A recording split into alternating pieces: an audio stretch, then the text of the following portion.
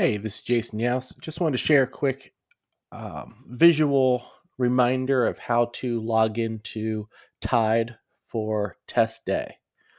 First, you're going to go to floridafast.org, flfast.org. You'll get to this page.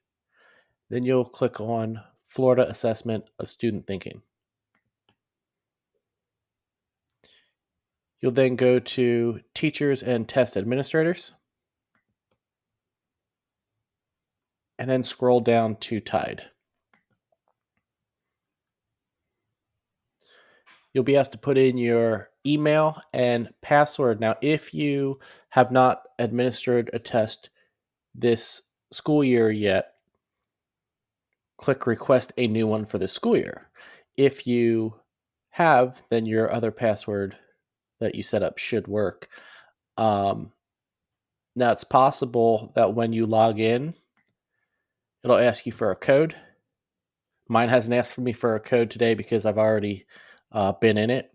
But if you haven't been in the system, it may ask you for a code, or if you open it up somewhere else, like I'm between Horizons, Harley, and even at home, when I bounce back and forth, it asks me for a code. It'll email it to you, 6 digits. Uh, Email comes in 10 seconds tops. You'll just enter that and you'll get to the screen. You put in administration details.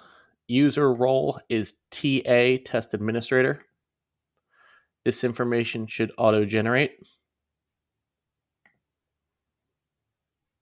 You'll see student information, rosters, and invalidations and requests. Don't really worry about that too much. Go up here next to Florida Department of Education. There's drop down, and you're going to click on TA Interface Operational. It'll automatically log you in. Now, I'm recording this on March 20th. There's only one test available. We're going to go over real quick and go into the practice test, which will show all the possible tests that you could ever get. So this purple one is what we're going to click on test day. You see all the different grade levels, grades 4 through 10. You're going to select the grade level that you're testing. So let's say you have 9th and 10th grade in your room. You're going to select 9th and 10th. Now I'm going to show a demonstration on, let's say I messed up. Let's say I just put 10th grade. I hit start session. And then I realize, oh, hey, I have a 9th grader in the room. Just go to select test. It'll show all those. It'll show what's already selected. Select what you need and add it. It'll ask you to verify and you're good to go. I'm going to switch back over here to the operational page just so you can see what the operational session ID will look like. It starts with FL. The training one starts with train. So it's FL, and then there's going to be 4 digits and 3 digits. Students will need that information. On their test ticket, they're going to have their username. So when they get to the secure browser, they're going to put in their first name, their username, which is on the test ticket, and the session ID, which you're going to provide to them. I would just write it on the board. Once they put in their information, their test, whatever test is assigned to them is going to show up. Now, let's say you have 9th and 10th grade, and when they log in, they're only going to see the grade level they're in. They're not going to see both 9th and 10th and have to select which one. They're only going to see what they have. Once they click on that test and they're ready to get in, this approval page, this tab, I believe numbers start to show up. And that shows that students are waiting. You'll click on it. I can't click on it right now because I don't have any students waiting.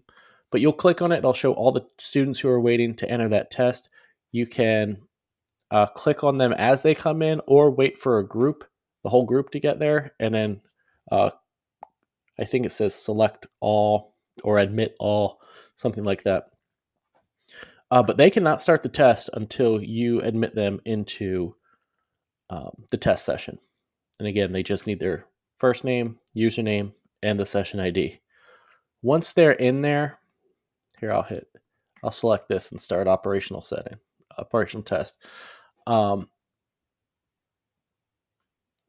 When you're done, Well, once students are done, they're going to just submit. But you'll be able to see their progress on this screen as they're working through the test. You'll see if they submit. You'll see if they paused without you telling them to. But you'll be able to monitor all that. When students are done, they submit.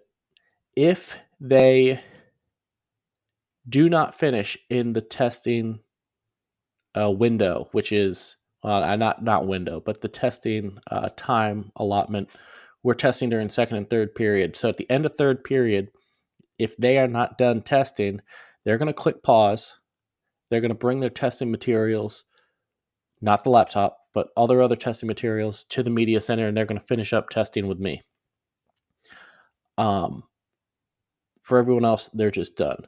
So you'll be able to stop session, and when you stop, it just says this will stop the test session and pause test for all students in the session.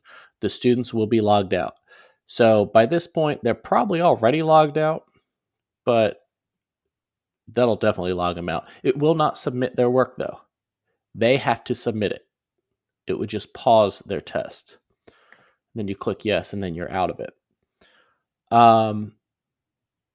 That's about it on test day. We're just picking up our materials in the morning from the media center. When you're done, bring those materials back to the media center, either during your lunch or during your planning. And that'll be it. If you have questions on test day, I'm going to be in the media center. I'm with middle school PE, the middle school PE group. They're going to be with me in the media center, but you can call and I should be able to answer any questions you may have. Definitely run through this first. If you want more practice, you can go on this teacher and test administrator page. You can go to the TA training site or the TA certification courses. Those are great. They'll walk you through it. It might make a lot more sense than this, but this is just quick reminder if you've haven't been on it for a while. So hopefully that makes sense, and happy testing.